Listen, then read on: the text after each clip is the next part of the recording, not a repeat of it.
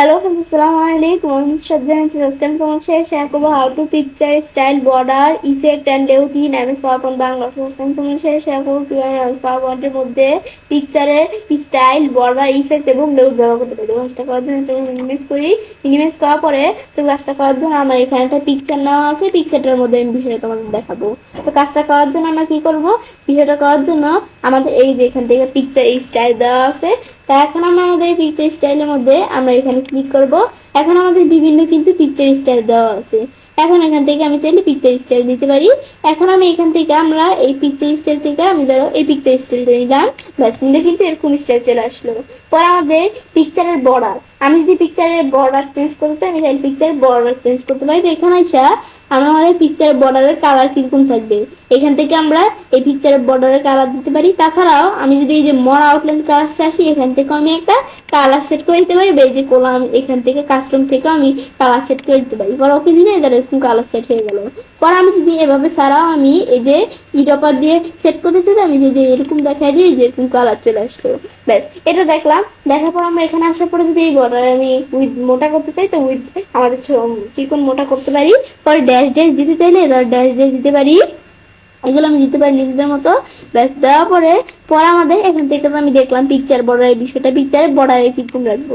পরে পিকচারের ইফেক্ট কিরকম রাখবো, তো পেস্ট কিরকম রাখবো, আমরা এই পেস্ট রাখতে পারি। এই যে এটা দিলে এরকম, এইটা দিলে এরকম, এগুলো আমি একটু মাউস পয়েন্টার নিয়ে দেখে আমরা নিজেদের মতো রাখতে পারি। ব্যাস, রাখার পর এখন আমি যদি এখানে ক্লিক করি এরকম চলে আসলো। ব্যাস, আসার পরে এখন আমি আমাদের এখান থেকে আবার আমরা আমাদের পিকচার ইফেক্টে আসি। পরে শ্যাডো, আমি যদি পিকচারের শ্যাডো দিতে চাই ধরো পিকচারের নিচে শ্যাডো দিতে পারি, এটা আমরা দিতে পারি। পরে রিফ্লেকশন দিতে চাইলে ধরো নিচে এদের পিকচারের রিফ্লেকশন চলে আসছে, এগুলো দিতে পারি। দেওয়ার পরে এখানে আসার পরে দেওয়া আছে গ্লো, পিকচারে গ্লো দিতে পারি। তাছাড়াও মর গ্লো কালার থেকে আমি গ্লো দিতে পারি, বা আমি যদি গ্লো অপশনসে আসি এখান থেকে আমি চাইলে পিকচারের গ্লো দিতে পারি। এখন পিকচারের গ্লো যে দিব এটা কালারটা কিরকম থাকবে, পর আমি এটা সাইজ কিরকম থাকবে, গ্লোয়ের সাইজ যদি বড় করলে ধরো গ্লোয়ের সাইজ বড় হয়ে গেল, এগুলো আমি দিতে পারি। পরে গ্লোয়ের ট্রান্সপারেন্সি কমাইতে চাইলে ধরো গ্লোয়ের ট্রান্সপারেন্সি কমাইতে পারি দিতে পারি এগুলা। ব্যাস, এই যে আমি যদি এরকম রাখি এরকম, এটা দিলে এরকম, এগুলো আমি গ্লো দিতে পারি। আমি যদি একটু কমাই ট্রান্সপারেন্সি, ব্যাস এটা আমি দিতে পারি চাইলে। দেওয়ার পর আমি এখন যদি এটা ক্লোজ করি, ক্লোজ করলে গ্লো চলে আসলো।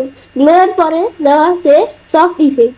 সফট ইফেক্ট আমরা এই যে সফট ইফেক্ট অপশন থেকে আমরা বিষয়গুলো করতে পারি। পরে দেওয়া আছে বিবেল, বিবেল থেকে আমি চাইলে নিজেদের মতো বিবেল দিতে পারি, বিবেল দিলে তার বিবেল চলে আসলো।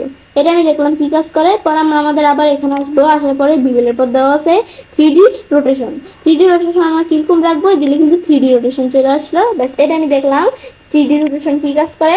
আবার আমরা যদি এই যে এখান থেকে 3D রোটেশন অপশন সেখানে আসলে নিজেদের মতো 3D রোটেশন সেট করতে পারি, এগুলো আমি দেখতে পারি।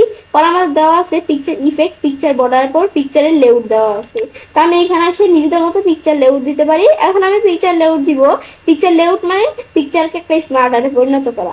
আমি যদি এই যে এখানে পিকচারটাকে বিভিন্ন স্মার্ট আর্টে নিতে চাই ধরো স্মার্ট আর্টে নিতে পারি, দিলে কিন্তু স্মার্ট আর্টে চলে আসলো। এখন পিকচারের নিচে আমি চাইলে কিছু লিখতে পারি।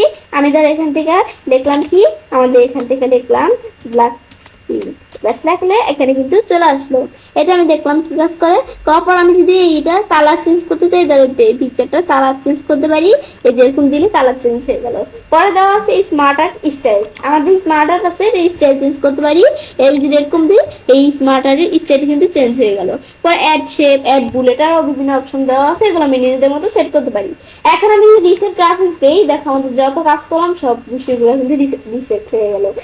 পরে আবার আমি যদি আন্ডার প্রেস করি, প্রেস করলে তারা আমাদের আবার আগের মতো চলে আসলো। এটা আমি দেখলাম। ব্যাস, তো এখন আমি এই বিষয়গুলো এখান থেকে দেখলাম। দেখার পর আমি এই পিকচারটা যেটা আমাদের এই পুরোটা ধরে সিলেক্ট করলাম, এটা আমি দেখলাম কি কাজ করে। দেখার পরে এটা আমি যখন দেখলাম, দেখার পর আমি যদি আবার এখান থেকে কি করে আমরা আন্ডু করে আবার আমি চাইলে কি করতে পারি, এটাকে পিকচার আকারে পরিণত করতে পারি। ব্যাস, এটা আমি দেখলাম। এখন আমি যদি ফরম্যাট আসার পর আমি এই পিকচার স্টাইলে আসি, আমি এই পুরো পিকচারটাকে চাইলে কি করতে পারি, এখান থেকে এই পুরো স্টাইল এখানে যত অপশন দেওয়া আছে সব টিক্স আমাদের 3D ফরম্যাট, এগুলো আমি চাইলে করতে পারি নিজেদের মতো। এটা একটু দেখলেই বুঝতে পারবো। ব্যাস, এখন পোজ করি, মানে আমাদের যে কাজগুলো এখান থেকে করলাম সেম কাজগুলো এই পিকচার স্টাইল থেকে আমি করতে পারি। এটা হচ্ছে মূলত এই বিষয়টা। দেখাবো এবং ছেলের কাজটা করতে পারি।